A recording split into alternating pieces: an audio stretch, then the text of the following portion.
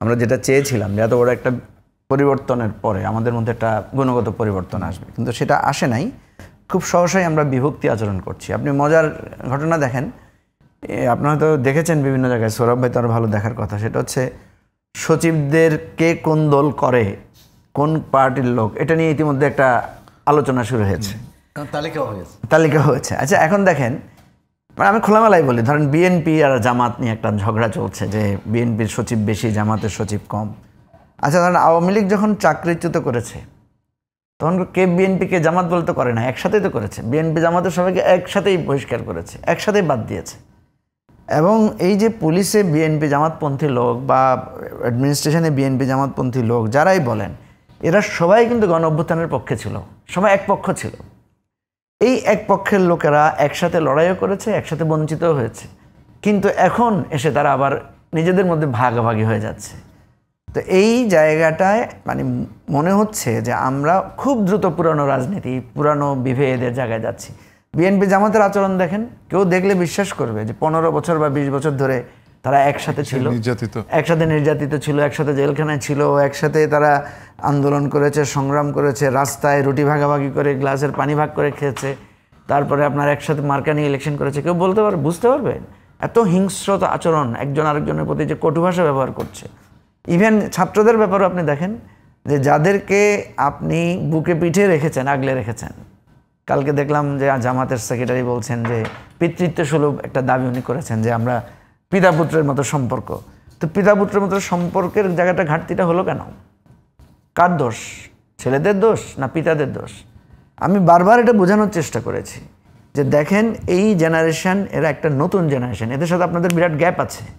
এবং এই জেনারেশন যদি ওরা বলে যে এরা এত উদ্ধত্তপূর্ণ কেন, এদের ভাষা এত চোখে চোখ রেখে কথা বলে, এরা এত অভদ্র আচরণ করে, আরে ভাই এরা অভদ্র উদ্ধত্তপূর্ণ আপনাদের দৃষ্টিতে, কিন্তু এরাই তো শেখ হাসিনাকে হটাইছে, এরাই তো শেখ হাসিনার সাথে দাঁড়ায়া, সামনে দাঁড়ায়া তারা ফাইটটা করেছে।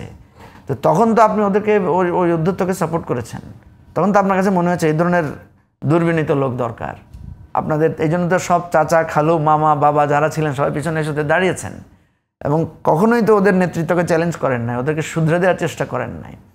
সুতরাং এই জায়গাটায় আমাদের একটা আন্ডারস্ট্যান্ডিং গ্যাপ আছে এবং এই আন্ডারস্ট্যান্ডিং গ্যাপটাকে মানে দূর করার চেষ্টা না করে একে অপরের বিরুদ্ধে এখন মানে যার যার শক্তি আছে সেটা নিয়ে ঝাঁপিয়ে পড়ছে। আমি একটু সরাসরি প্রশ্নটা করে ফেলি, আমি একটু সৌরভের কয়েকটা পয়েন্ট ধরে আমি বলছি। আমি ওই আপনার এইটাকে এখান থেকে একটু এক লাইনে উত্তরটা জানতে চাই। আপনি যে বলছেন মিসআন্ডারস্ট্যান্ডিং বা বোঝাপড়ার এক ধরনের শূন্যতা তৈরি হয়েছে, মানে শেষ পর্যন্ত কি ক্ষমতার কারণেই এই শূন্যতাগুলো তৈরি হয়? অনেকটা তাই, ক্ষমতার কারণেই তো। আপনি ধরেন বিএনপি জামাতের মধ্যে দ্বন্দ্বটা কি নিয়ে? এখন ক্ষমতা নিয়েই তো।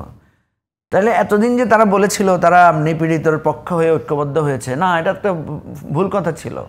আসলে তারা এই ক্ষমতা পাওয়ার জন্য ঐক্যবদ্ধ হয়েছে, ঐক্যবদ্ধ হয়ে যখন এটা আদায় হয়ে গেছে এখন তারা আবার ভাগ হয়ে গেছে, এটাই তো সমীকরণ, তাই তো বলে। আমি সৌরভ ভাইয়ের কয়েকটা বিষয় একটু বলি। সেটা হচ্ছে সৌরভ ভাই যেটা বললেন যে ফেসিবাদের মানে যাকেই ধরা হচ্ছে বলা হচ্ছে ফেসিবাদের দোষর, ঠিক আছে। আবার উল্টাটাও আপনি দেখেন, উল্টাটাও অভিযোগ আছে যে প্রশাসনে এখনও ফেসিবাদের লোকেরা বসে আছে।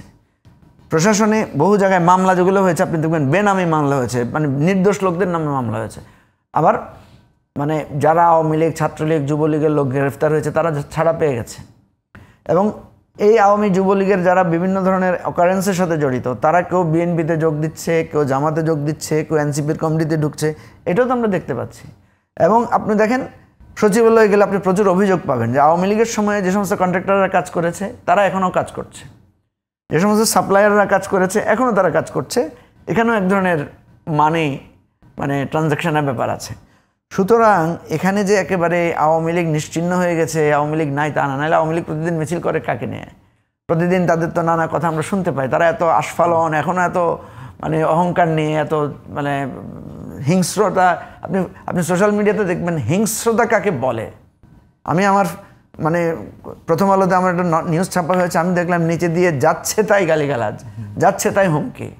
আরে ভাই হুমকি দিচ্ছেন কেন আমাদেরকে? আমরা কি মাটির নিচে ছিলাম? আপনারা দোর্দণ্ড ক্ষমতায় ছিলেন, আপনাদেরই পুলিশ, আপনাদেরই সেনাবাহিনী, আপনাদেরই কোর্ট, সব কিছু সত্ত্বেও তো আমরা আপনাদের পাশাপাশি রাজনীতি করেছি। তো আপনাদের মারামারি, গুলি, গুমের মধ্যেও তো ছিলাম। আপনারা এখন ফিরে আসলে ওই আগের ক্ষমতাসীন তো হঠাৎ করে হবেন না, ওতে তো কম কথা। আপনারা এটা ভাইবেন না যে আপনারা আসলেই মানে আমরা তটস্থ হয়ে যাব। আমরা তো চাই আপনারা আসেন, আপনারা শুদ্ধ হয়ে ফিরে আসেন, আপনারা নিজেদের ভুল ত্রুটিগুলো সংশোধন করে আসেন।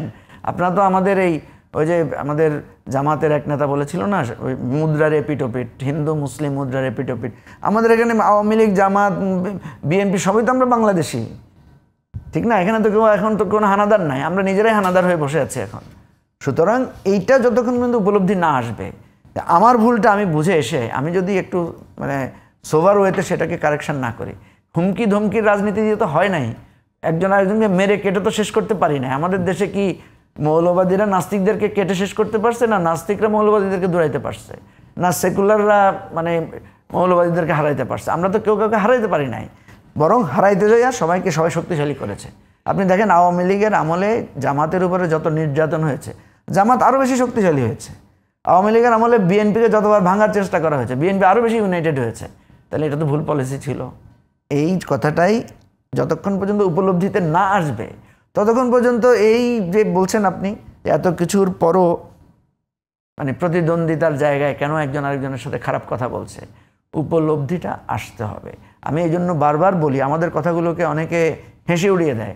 আমরা বলেছি দেখেন একটা অভ্যুত্থান হয়েছে যেটা আপনারা কল্পনাও করতে পারেন নাই। অনেকে বলে যে শেখ হাসিনা নিজেকে কল্পনা করেছে তাকে এরকম হঠাৎ করে পালিয়ে যেতে হবে, চলে যেতে হবে। কল্পনা তো করে না, এটা তো সত্য কথা। তাহলে আমরাও কল্পনা করতে পারছি না। এরপরেও তো একটা জেনারেশন আসছে না, জেনারেশন তো বসে নাই। আমরা এগুলো করছি, ওই যারা এখন আবার আমাদের এগুলো নিয়ে কোনো কথা বলছে না, ফেসবুকে ব্যস্ত আছে, ওরাও তো আমাদেরকে অবজার্ভ করছে। আলফা তো গ্রোয়িং আপ, আলফা তো গ্রোয়িং আপ। সো আপনি জেনারেশন জি, যারা আরও আলট্রা জেনারেশন আসবে, ওরা আবার অভ্যুত্থান করবে এবং ওই অভ্যুত্থানটা কিন্তু বিপ্লব হবে। এবারে তো অভ্যুত্থান পর্যন্ত আমরা থেমে আছি, এটাকে বিপ্লবে রূপান্তরিত হয় নাই। নেক্সটটা কিন্তু বিপ্লব। ওরা আগে সরকার গঠন করে রাখবে, কথা বুঝেছেন?